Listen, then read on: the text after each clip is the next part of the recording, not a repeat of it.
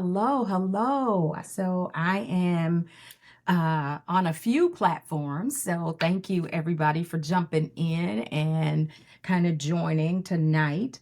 Um, Happy New Year if this is our first time seeing you inside the tribe for the new year. We're very excited. We're doing some fun stuff. So I think we're about 3 minutes in, and I see folks are still kind of jumping in. So let's start with a couple of questions. First and foremost, when you think of an inspiring female leader, who comes to mind? Who's the person that pops into your head when you think of an inspiring female leader? Yeah, absolutely. I see Michelle Obama. Yes, Kamala Harris. Absolutely. Yeah. Yeah, I love it. Beyonce. Yeah.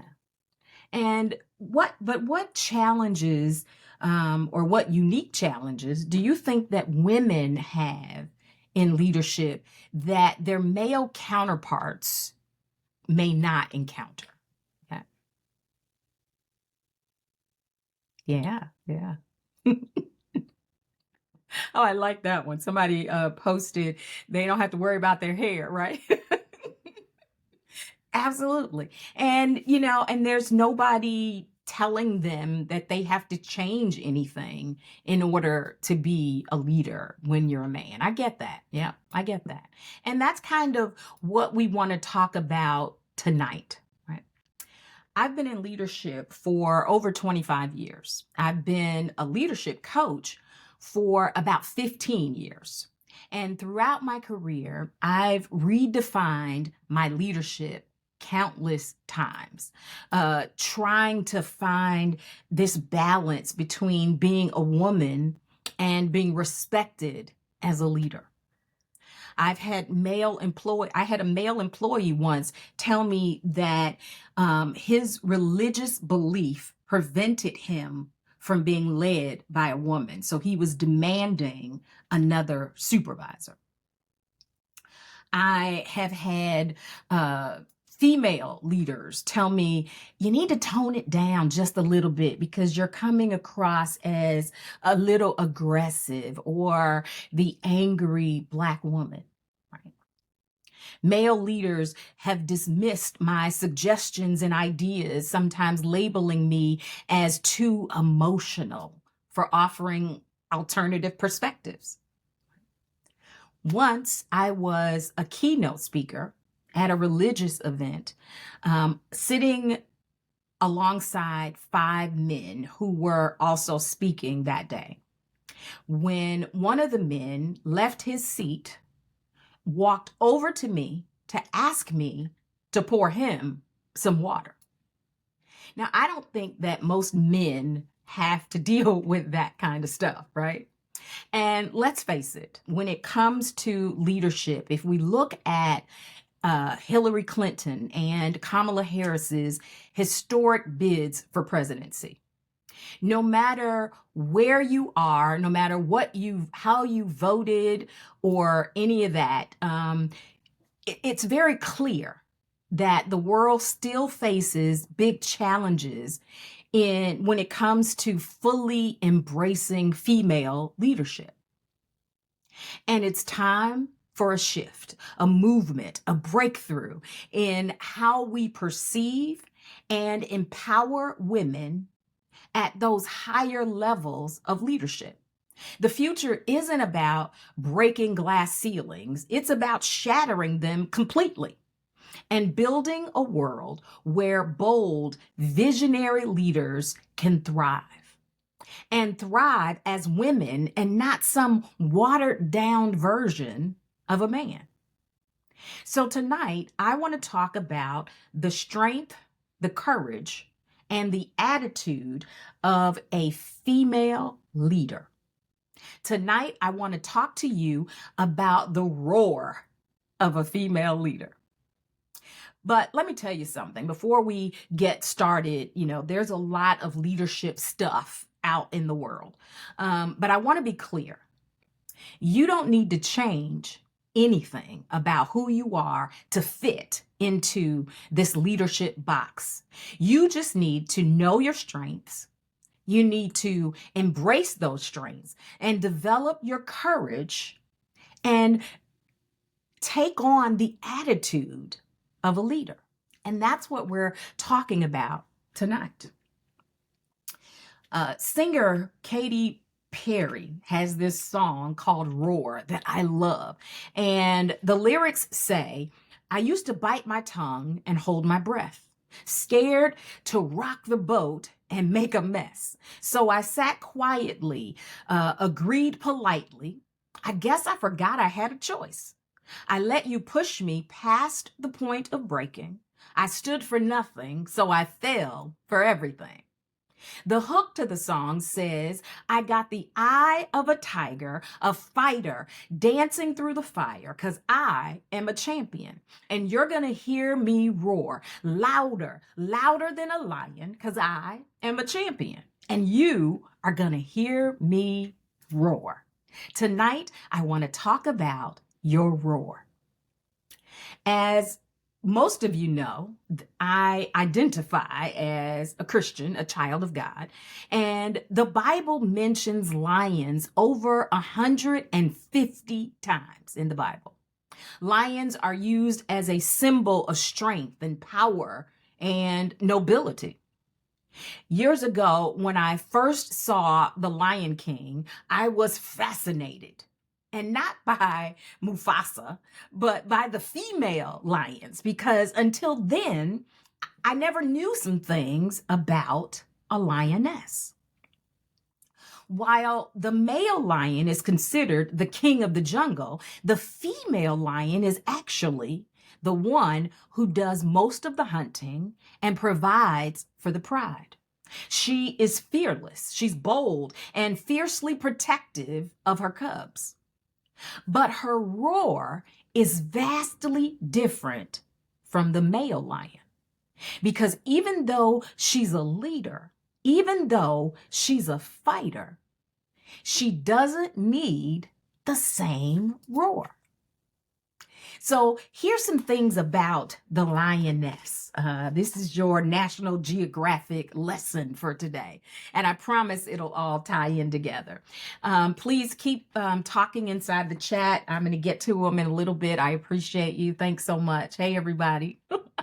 So here's some things that we need to know about the lioness, right?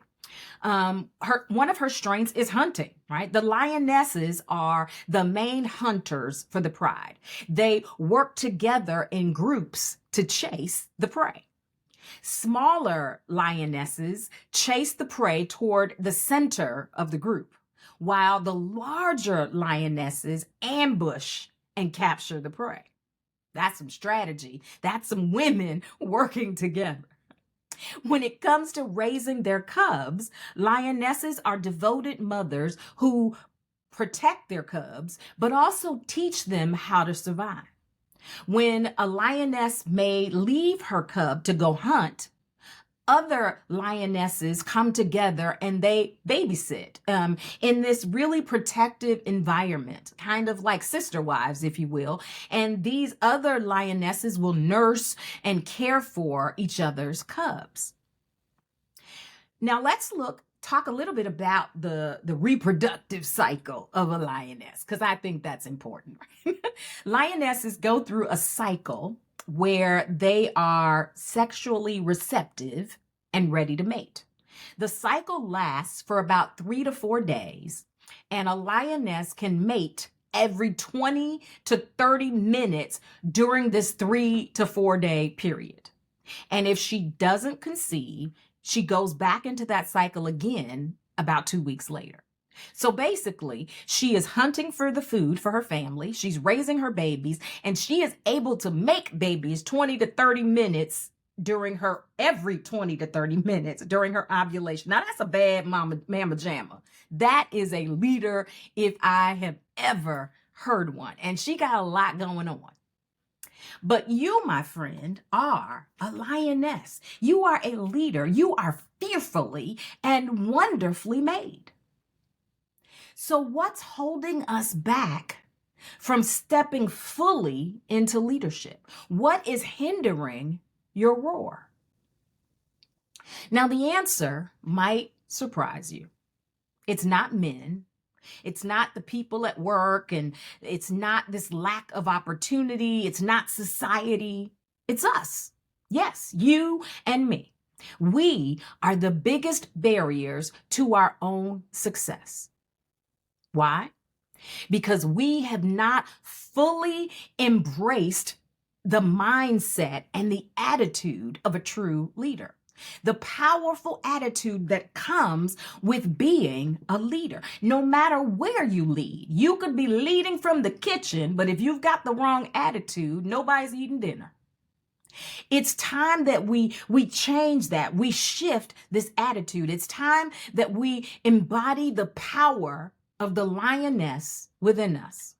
The lioness who roars when it's time to break through obstacles and devours anything standing in her way. The lioness who knows when to lean into her strengths and when to nurture, when to not just her cubs, but everybody in her environment, lifting up the pride. She knows when to roar, and she also knows when to gather her fellow lionesses to help her. That is the pinnacle of female leadership. We have some things that men don't have, and that's what we want, right? We were created differently. Being a leader, a female lioness, is about mindset. Think about it. Nobody tells the lioness who she is. Nobody has to give her permission to hunt. She's born knowing that she's a hunter. She's born knowing that she is a leader. Tonight, I want to share a powerful strategy that is designed to strengthen your mindset, to help you take control of your attitude and take charge of your leadership journey, to stop fighting and defending and trying to prove yourself. And stop doing what I call the puppet dance, letting other people pull your strings, telling you you're to this and you're to that, or you need to do this or learn that in order to be a leader. It's time to break free, to step up, and to lead with clarity, purpose, and strength. So let's unlock the mindset that will drive your success forward and grow your influence. Now, I want to pause a little bit. If you're joining us on social media, I am streaming in a few different places today. So if we're meeting for the very first time, I want to encourage you to join the free Air Tribe Mighty Network. You'll find a link very shortly inside the Facebook group inside of this broadcast. And I want you to consider joining the tribe. Inside our tribe, we have resources to help you on your leadership journey, to help you with your career, to just help you with life. We're doing life together. And also be sure, if you're on Facebook, we have an Air Tribe Facebook group where we keep the party going in between all of our live events. As a member of the tribe, you'll have access to exclusive resources, support from professional women, and opportunities to connect with me and our other phenomenal coaches on a much deeper level. Together, we lift each other up, we support each other until we all reach the top. So let's get back to the mind and the attitude of a female leader. What's she thinking, right? How does she move in the earth? Here's the truth. The male lion is called the king of the jungle. But I just shared all the work that the female lioness does. What's left for the male lion to do? He's not hunting. He's not taking care of the kids. What makes him the king of the jungle? A lion is not the tallest animal in the jungle. He is not the strongest. He's not the biggest. He's not the most powerful animal in the jungle. He's not even the smartest. And yet, He is the leader, the king of the jungle, and everybody knows it. So you and I have no excuses, ladies. As women, being a leader, we don't have to be the strongest, the most powerful. We don't have to be the tallest. We don't have to be the male. The color of our skin does not matter. We are still leaders. There are so many animals in the jungle that are more powerful than the lion. The average size of an elephant is 12,000 pounds, and they are 10 feet tall. The lion, the average lion weighs about 420 pounds, and his height or length is about 5.5 feet. So what makes him the leader? The same thing that makes you a leader: his roar, his attitude. A lion's roar, the male lion's roar, can be heard from as far away as 5 miles. Tonight, I want to challenge you to work on your roar. Now, your roar is not about how loud you yell. It's not about how ferocious you can sound. Your roar is your attitude. It's your mindset, how you think about yourself and others. Your roar is how you show up, how you walk in every room. I think women spend a lot of valuable leadership time trying to prove, trying to sound like a leader, trying to dress like a leader. We buy purses, we buy shoes. We do all these things to try to prove that we're a leader. When in reality, we just have to think, act, and walk like a leader. We have to walk in every room like we belong in the room. Lions don't get scared when another animal approaches. When an elephant comes in the room, a lion doesn't start questioning his ability as the king of the jungle. When a lion sees an elephant, do you know what he thinks about? When a lion sees an elephant, he thinks about dinner, because that's all an elephant is to him. An elephant is bigger, stronger, and more powerful, but the lion will eat him for dinner. And that's all based on his attitude. I spent a big chunk of my career trying to prove to others that I was a leader, that I was deserving of opportunities, instead of just being a leader, instead of owning my place. Last week, Coach V took us through an exercise of creating an elevation board, and she asked about our favorite quotes. And I shared last week my favorite quote is, "I have nothing to hide. I have nothing to protect. I have nothing to prove and nothing to defend. So now, who do I choose to be?" And whenever I get nervous or anxious about walking into a room or how others might perceive me, that's the quote that I remind myself. There's nothing for me to do here except who I choose to be. Being an effective leader starts and ends with you. It starts with what you think about you, your attitude towards your leadership. We have nothing to hide. We have nothing to protect, and we certainly have nothing to defend or prove. So who do you choose to be? This is all about your attitude. Your attitude comes from your belief system. Who do you believe you are? What do you believe about female leaders? What do you believe about yourself and your own abilities? See, when you know who you are, you stop fighting.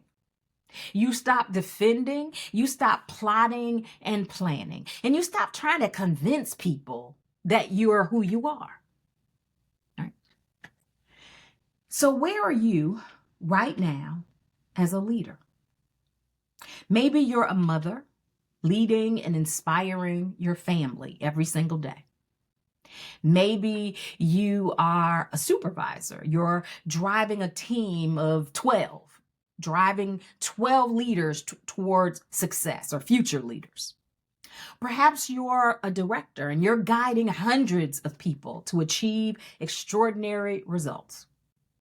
Leadership comes in many forms, But here's the question. What is your highest vision for yourself as a leader? What's the extraordinary version of you that can create a greater impact, inspire others, and transform the lives of those around you? For homework, and yes, there's homework, I want you to create the highest version of yourself. I want you to really think about the highest version, the best version of yourself. We're going to include a powerful form, a little ebook, if you will, and we'll put it inside of our Air Tribe Mighty Network and inside the Facebook group. And it's designed to help you maximize your results and think about yourself differently. It's designed to remind you of your roar. So inside this form, you're going to be asked a series of questions. The first question is, what is the biggest dream you can dream for yourself? Right. The next question is, what must you become in order to manifest that version of yourself? How do you feel as this person? If you were to be this person right now, how would you feel every day? What qualities do you know you need to cultivate in order to be that person? What do you have to let go of in order to reach that vision? And sometimes it's who do you need to let go of to reach that vision? You're also going to look at your strengths and your gifts and talents, the things that you already have that can help you reach this highest version of yourself. And finally, you're going to answer the question, what do you want to be known for as a leader? And once you've finished this list and answering these questions, I want you to write a paragraph describing in great detail the highest vision of yourself, right? What this does is it reminds you of who you are. It stops you from hearing the noise of what others want you to be. It puts your focus, it literally creates an algorithm for you. Right. I don't know if you've ever, I'm a TikTok fan, love some TikTok, and was crushed thinking it was going away. But one of the things I started to get somehow in my algorithm a couple months ago, I started getting slavery things. I don't know why. I must have clicked on something, but I started getting scenes and clips from Roots and all these slave movies. And I got really intentional about looking at other things. And I retrained the algorithm to show me female entrepreneurs, female CEOs, female millionaires, billionaire lifestyles. And that's what this exercise does for you. It creates your algorithm to help you start thinking differently, to start seeing yourself differently. Nobody has the right to change you. Your goal in life is one. You have one goal, and that goal is to become the best version of yourself. So starting tomorrow, I want you to step into your roar, step into the highest version of yourself. That's your goal every day, to become the best version of yourself, to show up as the best you can possibly be. That's your assignment today. So I'm going to open it up for questions, and I want to remind you again to join the Air Tribe. Our free leadership community is all about professional women. 2025 is the year of AIR, a powerful movement where we are boldly aspiring without limits. We're going to walk into our next season of life boldly with no limits, no fear, and no shame. Together, we inspire each other with purpose, ensuring that every woman we meet has something extraordinary to admire. And we don't stop there. This is a fearless rise to the top where we're lifting everyone ready to join this journey. We're going to lift everyone to the top. Now is the time. So let's soar together and make 2025 the year that we as women rise higher than we ever have before. Okay. All right, let's see. Question. Okay. All right, I like that. So the one of the questions is, how do I control the narrative when it comes to my leadership? You mentioned some of the things people say, like when you're too aggressive or too emotional. I think when it comes to aggression and emotion, let's start there. Now, if you're crying in the meeting, right, and nobody can talk to you because you're crying, you probably need to work on your emotions. If you're yelling and cussing and doing weird things and knocking over tables, that's a little aggressive, right? That the workplace, and even if your workplace is at home and you're leading your kids, that should not happen. But when it comes to controlling your narrative, one of the things that I strongly believe in, and we'll talk a little bit about it in March, is creating a brand. Your brand is that signature fragrance that lasts in every room. It's getting other people to champion for you. Your brand speaks when you're not there.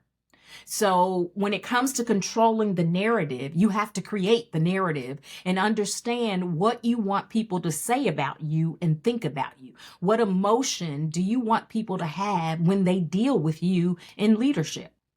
And everything you do has to come from that vein that you created. That's how you control the narrative. Okay. All right. What else? Okay. How do I handle the difficult challenge of leading a team where some members may not like me? I think that's it. Okay, I got it. So, this is a funny story. I am often shocked when people don't like me. I really am. And I am probably the easiest going person. I don't ruffle feathers. I usually let people have what they have. But a couple years ago, I had a teammate who did not like me. I don't care what I did, she didn't like. And I did everything. I was doing the puppet dance, trying to get her to like me. And talked with one of my mentors, and he said, Andrea, you have a problem. And the problem is you believe that everybody is supposed to like you, and they're not. There is nothing you can do that will change some people's mind. Your job is to not focus there. And so in my coaching business, this is one of the things that I deal with on a regular basis, where leaders say they've got some team members who don't like them. And my mom says often, whatever you don't feed will die. It'll starve to death. So I always say and coach my clients to put your focus where you're appreciated, right? Now we're not rude to people. If you've got somebody on your team and they don't like you, let them be. Don't put your energy and focus trying to make them like you. Be very professional, establish boundaries, but put your focus. And I would even multiply my focus on my champions, the people who love what I have to offer, the people who want to learn from me. I put it all in them. And one of two things happens. Either that person goes away, because time will prove it out one way or the other, or they start wanting some of what other people have. And so they may never like you, but they will respect you, or they'll go away. And so that's usually my advice. Don't get caught up in trying to make people like you, make people respect you. That's not what other people think about you is not your business. Okay. All right, cool. Last question is, okay, yeah, that one I don't, if you could write that again, I'd appreciate it. All right. How do I deal with imposter syndrome and feeling like I don't deserve my leadership position. That's good. And I think a lot of women have that issue. A lot of women struggle with this imposter syndrome. And I think men don't. Men don't. And I think some of that is our ability to nurture and, care about people. But I think when you have an imposter syndrome, it's because you don't know who you are. And when you know who you are, especially, this highest version exercise, if you define your roar and say, this is who I am, and you feed her every day, you got to feed her a steady diet of confidence, a steady diet of leadership skills, honing your strengths, getting better at being you. You stop with the imposter syndrome. You got to recognize that you have it. So good for you for seeing it. And I would be honest and say, don't let women fool you. I think we all have a little bit of that, right? But the more you self-identify, the more you work on, you define your best version, the less you'll deal with imposter syndrome. Okay. All right. Cool. So did that question come back? Oh, okay. I don't think it did. All right. Cool.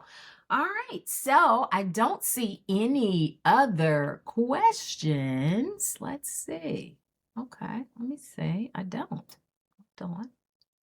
Nope. None. Okay. So what I want you to do is I'm going to put inside of our Facebook group and also inside of our Mighty Network. And I'll drop all the links and everything your way as soon as we're done. And I'm going to put this resource, but come into the tribe. It's absolutely free. And take a look at some of the free resources. It's getting bigger. We're just getting started, but we've got a ton of resources. We've got past videos of our live sessions. We'll point you to our YouTube channel. Hey, YouTube. And we're pretty much everywhere and growing. So we'd love to have you join. If you are a coach and you're ready to take your coaching to the next level, we'd love to have a conversation with you about joining the tribe. And we're a group of women, and our whole goal is to come together and aspire, inspire, and require. And the requirement is that we all rise together. So I thank you for joining me tonight and showing up with such passion and energy for tonight's Air Tribe Live. We will see you again next week. Next week is February, and we're going to talk about a favorite topic of February that everybody loves to talk about. We're talking about love. So join us again next week, and I want to encourage you today to practice your roar, to practice how you walk into the room, how you show up as your authentic best self. So you are part of something extraordinary, and we are so grateful to have you join us tonight and to continue to join us on this bold and fearless journey. Until next time, keep soaring and keep roaring. I will see you soon. Take care.